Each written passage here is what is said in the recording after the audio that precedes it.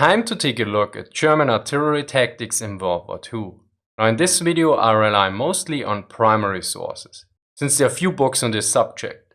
As such, a big thank you to all my supporters on PayPal, Patreon and Subscribestar that make research like this possible. Now artillery, unlike infantry or tanks, was first and foremost a supporting arm.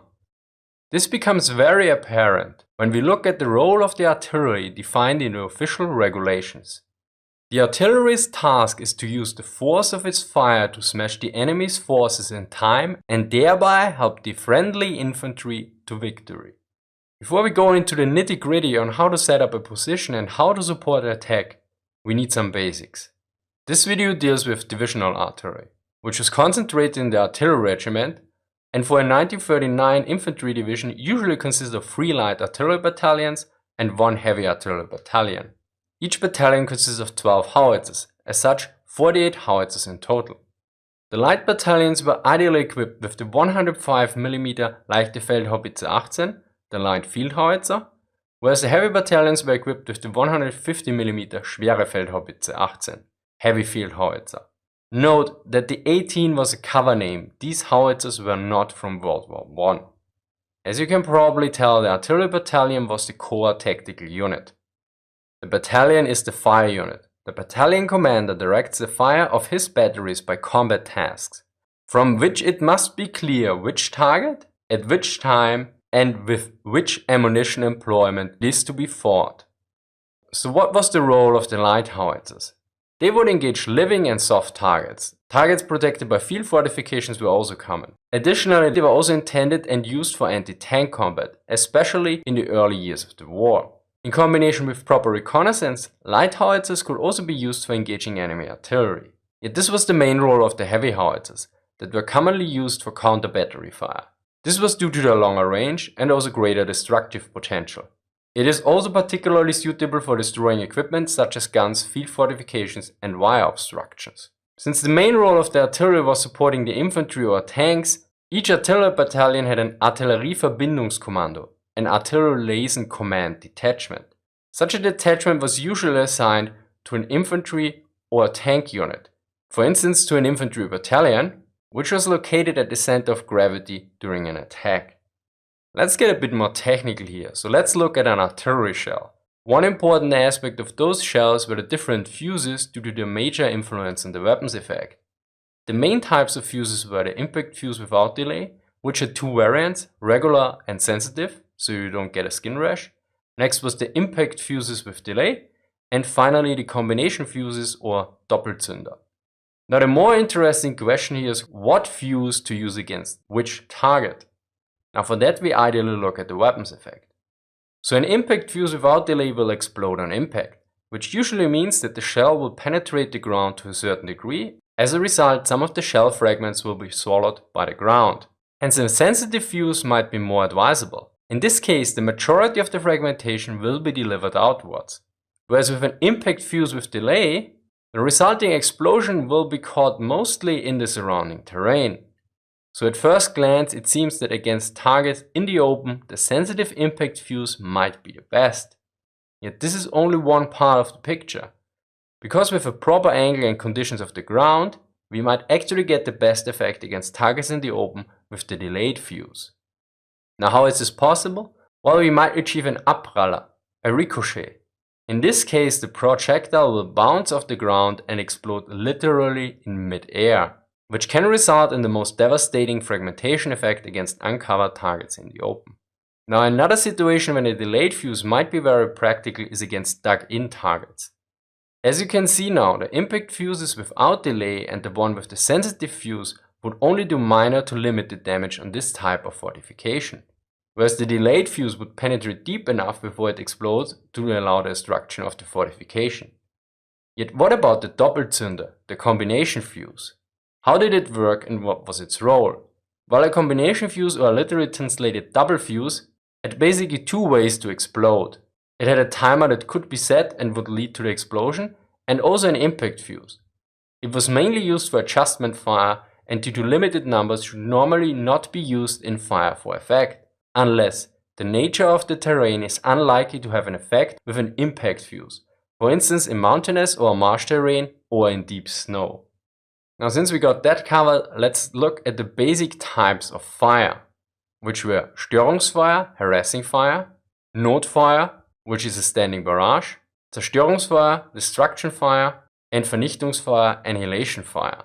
Note that the latter is in some cases not listed. Additionally, the creeping barrage is noted with some sources as well, but I omitted it here. Now harassing fire is about annoying the enemy to such a degree that his combat effectiveness is reduced. And one author makes a very interesting point. Commit harassing fire sadistically.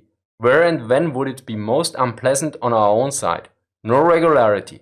Let surprise fire alternate with single shots by roving guns and roving batteries. Next was the standing barrage. This was used to provide a timely and specially limited fire during an enemy attack. As the original name Notfeuer, literally emergency fire, suggests. Yet this fire was carefully planned and in coordination with the infantry, especially with its heavy weapons. This meant it should be focused on areas that could not be covered by the infantry's heavy weapons, like the infantry support guns, mortars, and heavy machine guns. In case of a direct line of sight to the enemy, it should only be fired at the positions where the enemy was located.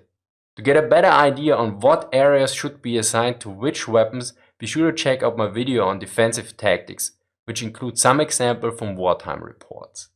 Another type of fire was destruction fire, Zerstörungsfeuer. The main goal was to destroy the target. The requirement for proper destruction fire was that the target was identified by observation.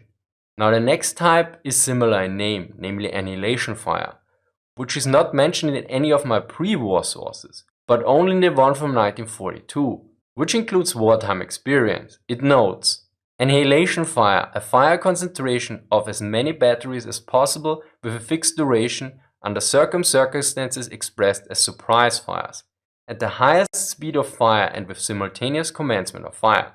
Purpose: to smash enemy deployments and preparations for attack or defense. To preserve the surprise, avoid adjustment fire as much as possible. So basically destruction fire is against individual identified targets, whereas annihilation fire is about hitting an area with an enemy troop concentration with little to no adjustment fire. Next are 3 interesting points about the use of artillery that are crucial and provide a deeper understanding. First off, it is important to remember that artillery fulfills various roles that many might not be aware of. Probably one of the most interesting examples is about the role of the artillery in the advance guard during the march.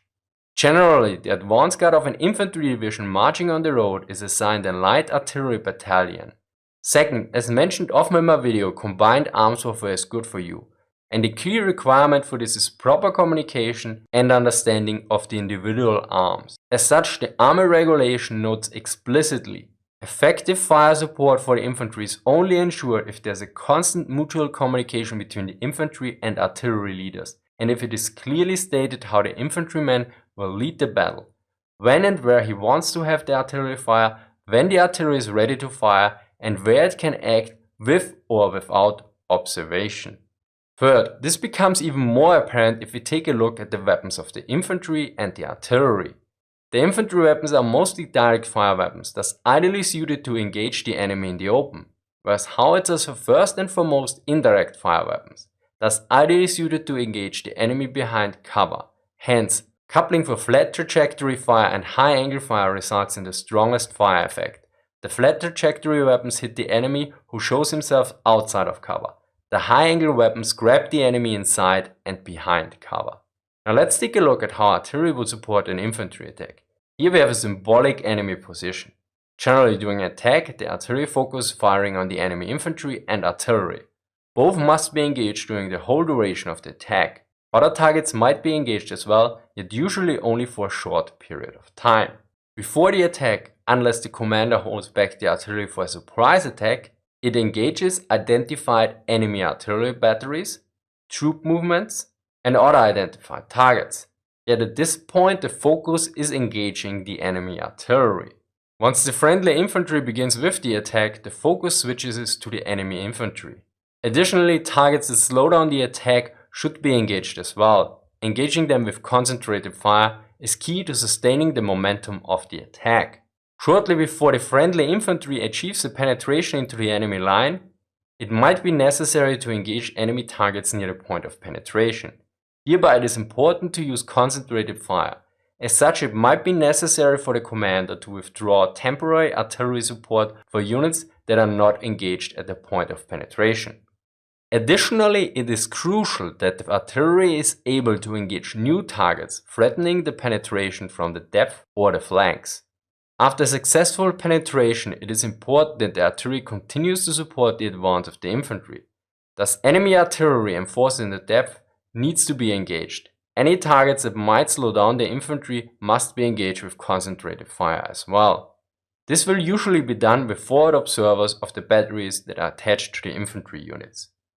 So before we conclude this video, let us look at an example for a battery position and a firing position for an individual gun. Let's begin with the battery position. Here would be the location of our infantry. Slightly behind the forward observation point is located in our example. Further to the back was the main observation point. Whereas behind the cover of the hill, the battery would be in firing position. Finally, the limber position would be back in the woods. Note that it was paramount that the observation point and the firing position would be connected with two independent communication links. So in case one was out of action, that the operations could proceed with only minor interruption. Now, how would an individual gun position for a light field howitzer look like? One example given is the following. The area of the gun should be around 5 meters wide and 6 meters in length. The position would be about 0.4 meters deep, yet the trenches would deepen with 1.25 meters on the left and 1.1 meter on the right side. Additionally, there would be locations for ammunition at various points located on the right side, whereas dugouts for personnel would be located on the left.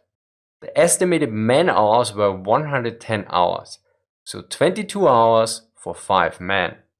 A crucial element for artillery was of course camouflage, yet as always it followed the principle of Wirkung vor Deckung, firepower first, cover secondary. To quote, however, camouflage must never take precedence over effect. This means the actual combat activity of the troops must never suffer under camouflage considerations. To summarize, the main role of the artillery was to support the infantry and/or tanks. To achieve this role, a deep understanding of the strengths and weaknesses of the different arms was required.